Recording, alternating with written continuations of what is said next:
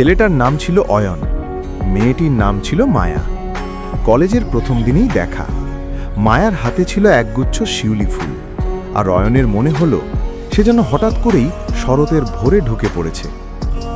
প্রথমে কথাবার্তা হয়নি, কিন্তু প্রতিদিন কলেজে মায়াকে একই জায়গায় দাঁড়িয়ে শিউলি কুড়াতে দেখে অয়ন একদিন সাহস করে এগিয়ে গেল, বলল, শিউলি কুড়ানোর সময় আমাকেও ডাকো না কেন? মায়া হেসে বলল, তুমি কি ফুলের জন্য আসো নাকি আমার জন্য? সেই থেকে শুরু। শিউলি ফুল যেমন ভোরবেলায় ফোটে, তেমন করেই তাদের ভালোবাসাও ধীরে ধীরে ফুটে উঠল। সময়ের সঙ্গে একসাথে বেড়ানো, আড্ডা আর জীবনের গল্প ভাগাভাগি করে নিতে লাগলো তারা। কিন্তু একদিন মায়াকে শহর ছেড়ে চলে যেতে হয় বাবার চাকরির বদলির কারণে।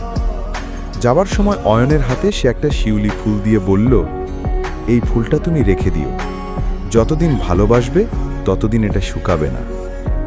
অয়ন আজও সেই শুকনো শিউলি ফুলটা একটা বইয়ের পাতায় রেখে দিয়েছে, আর প্রতিদিন ভোরবেলা সে আজও সেই গাছটার নিচে দাঁড়িয়ে মায়ার অপেক্ষা।